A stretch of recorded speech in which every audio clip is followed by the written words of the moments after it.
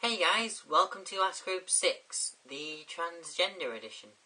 What I mean by this, obviously, is that it's Ask Group 6, yes, but all the questions are related to transsexualism and gender dysphoria, because as you all know, if you watched my video 2 weeks ago, I successfully got my diagnosis as transsexual, which means I can move on with my life.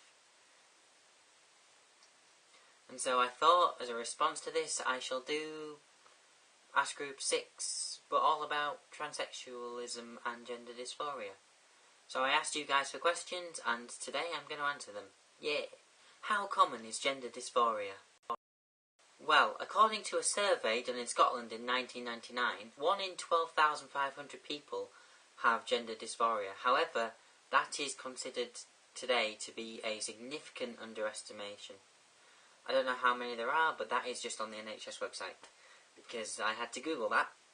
What advice would you give to someone who's beginning to come to terms with having gender identity issues? The best piece of advice I can give you, if you are suffering with gender identity issues, is to just be yourself. By being yourself for long enough, you will hopefully eventually know what is happening. Whether you do have gender identity disorder, just be yourself. In the 21st century, that shouldn't be a hard ask. What would you say is the hardest part of transitioning? To me, it's the time period. It took me almost a year from the date that I was put on the waiting list to the day I actually had an appointment. No, to the day I actually got given an appointment. It took me almost a year, and then the appointment was later in the year after, so it takes a while to get things started. Does it cost a lot of money to transition? Well, I've gone down the NHS route because it's inherently cheaper. I don't know if it's completely free, but maybe that just comes out of my national insurance. You can go private, which will be quicker, but it will be more expensive, which is why I didn't go private, because at the time I didn't have money to fund it. What did they ask at the clinic to make the diagnosis? Okay, at a gender clinic, the main aim is to find a long history of gender dysphoria in your past. So they will ask you questions about things like how young you were when you started to feel as though you weren't who you were meant to be, or something like that.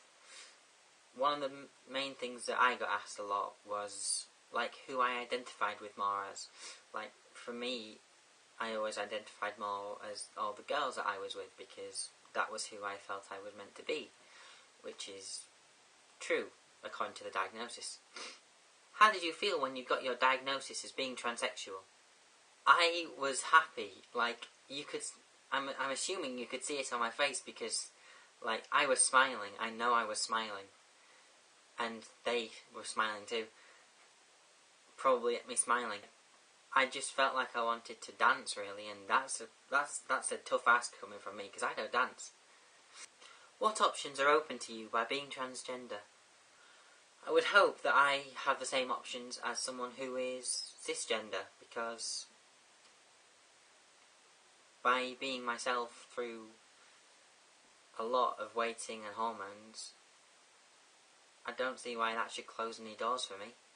What do you think of Selfridges launching Britain's first gender-neutral clothing line?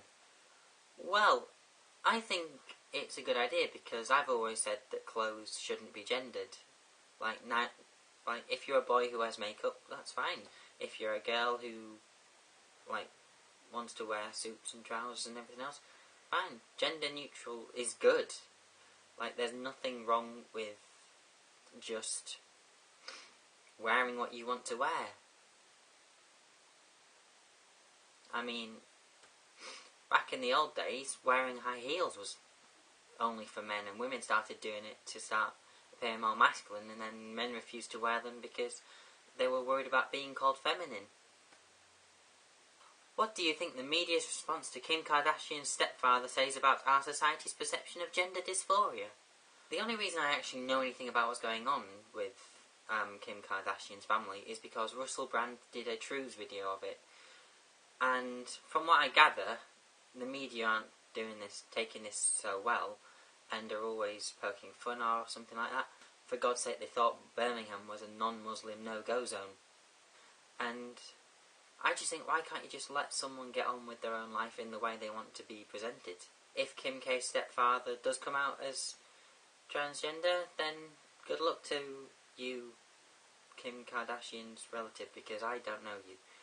But I hope you have all the best. Right guys, thank you for watching Ask Group 6. There's a link to the playlist of all my Ask Groups related stuff there, and also in the description below. Please give this video a thumbs up if you enjoyed it, comment below if you have any more questions, which I will answer in the comments, because, you know, I've got nothing better to do. And I'm always happy to help on this topic. You can click subscribe if you want to see more of my content. I'm actually posting weekly and doing very successfully, I think. If you have any more questions for Ask Groups in the future, it doesn't have to be related to transsexualism anymore unless I do another one. Then there is a link to my Ask FM page, which is where I get most of my questions, down below. Please stay tuned for my new end screen. I worked hard on it, and I just want some opinions on it, really. The length of it doesn't matter though, so don't comment on the length. It's an end screen, for God's sake. Alright, I hope to see you next week. Adios. Bye.